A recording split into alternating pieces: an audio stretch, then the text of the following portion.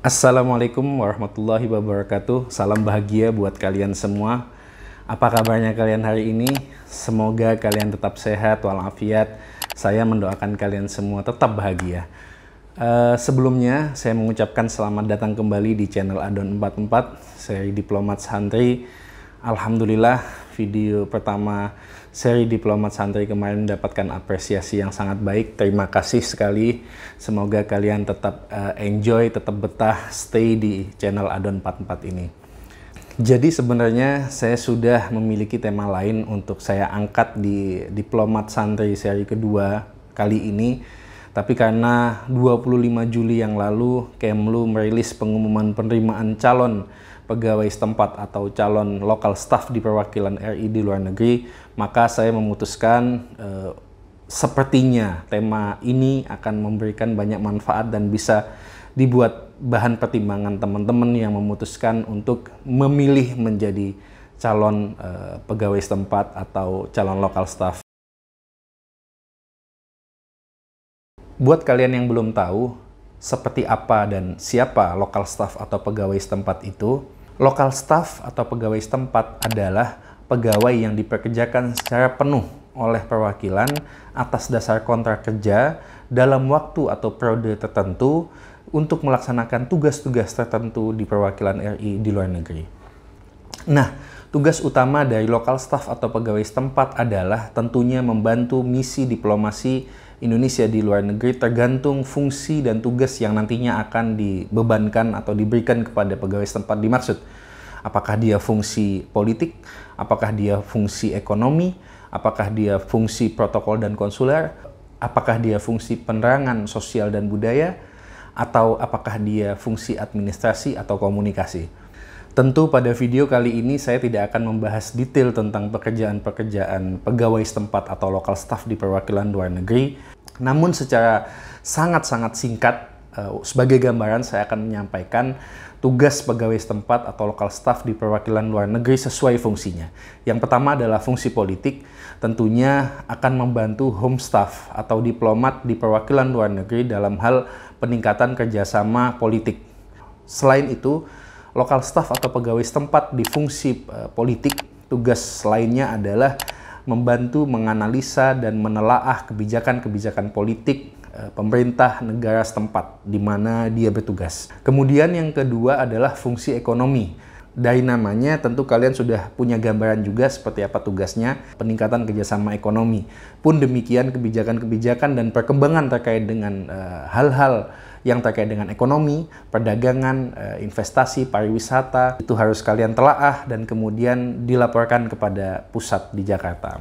Di bidang ekonomi, tentunya lokal staff atau pegawai setempat membantu home staff atau diplomat di bidang ekonomi dalam hal meningkatkan jejaring dengan bisnismen atau pengusaha di negara setempat untuk kemudian dihubungkan dan dipertemukan dengan pengusaha dan pihak-pihak terkait di Indonesia.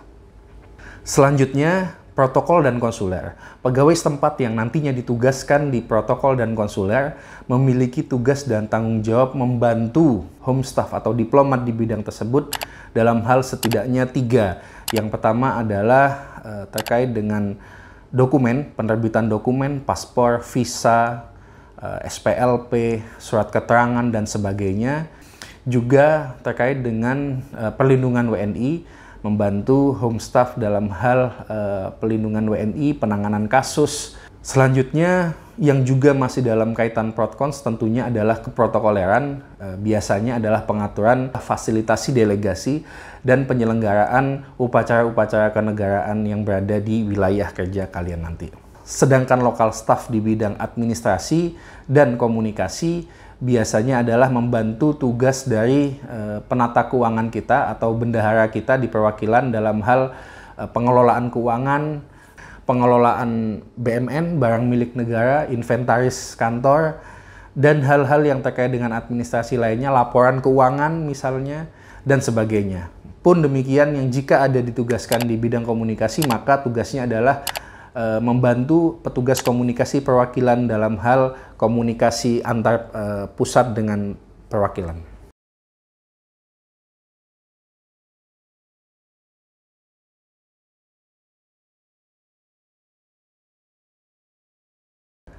Saya berharap kalian sudah punya gambaran, dan bagi kalian yang tertarik dengan bidang pekerjaan ini namun belum menerima informasi terkait penerimaan, kalian bisa email ke email di bawah ini, email saya, request, nanti kami akan share ke kalian informasi terkait penerimaan local staff atau pegawai setempat dimaksud. Namun di video kali ini saya juga akan membahas secara singkat terkait dengan informasi penerimaan calon local staff atau calon pegawai setempat dimaksud. Sebagaimana yang disampaikan oleh pihak Kemlu melalui pengumumannya, bahwa proses penerimaan calon pegawai setempat atau calon local staff kali ini akan melalui beberapa tahap seleksi. Yang pertama adalah seleksi administrasi, kemudian yang kedua adalah ujian tulis substansi dan ujian bahasa asing, kemudian ujian wawancara, kemudian ujian psikologi, selanjutnya adalah ujian wawancara dengan end user atau perwakilan RI tempat kalian akan ditugaskan. Nah, persyaratannya apa saja? Yang pertama, kalian harus WNI. Yang kedua syaratnya adalah kalian harus berusia minimal 22 tahun pada tanggal 1 September 2020 dan maksimal berusia 45 tahun pada tanggal yang sama. Yang ketiga, kalian harus setia kepada Pancasila, Undang-Undang Dasar 1945, NKRI, dan kalian juga harus setia dan taat kepada pemerintah Republik Indonesia. Yang keempat, kalian tidak pernah diberhentikan baik secara hormat maupun tidak hormat dari sebagai PNS atau anggota TNI dan Polri. Yang kelima, kalian juga tidak pernah diberhentikan sebagai pegawai setempat atau local staff secara tidak hormat. Selanjutnya, kalian tidak sedang berkedudukan sebagai calon PNS atau bahkan PNS, tidak menjadi anggota atau partisipan atau bahkan pengurus salah satu partai politik, dan kalian disyaratkan memiliki latar belakang pendidikan sesuai yang telah ditetapkan oleh Kemlu sebagaimana berikut. Silahkan di pause ya kalau misalnya ingin lihat secara rinci jenis-jenis latar belakang pendidikan yang sedang dibutuhkan. Selanjutnya, memiliki keahlian dan keterampilan khusus sesuai tugas yang diperlukan. Jika kalian memiliki keterampilan atau keahlian khusus, itu akan menjadi nilai plus bagi kalian. Selanjutnya adalah kalian harus sehat jasmani dan rohani, serta bebas dari narkoba jenis apapun, dibuktikan dengan surat keterangan dari dokter. Selanjutnya, berkelakuan baik dan tidak pernah terlibat dalam tindak pidana apapun. Dan yang terakhir tentu syaratnya adalah kalian harus lulus seleksi di tahap-tahap yang telah saya sebutkan tadi. Jika kalian tertarik, kalian bisa menyampaikan surat lamaran ditujukannya kepada seperti di bawah, Kepala Biro SDM Kemlu.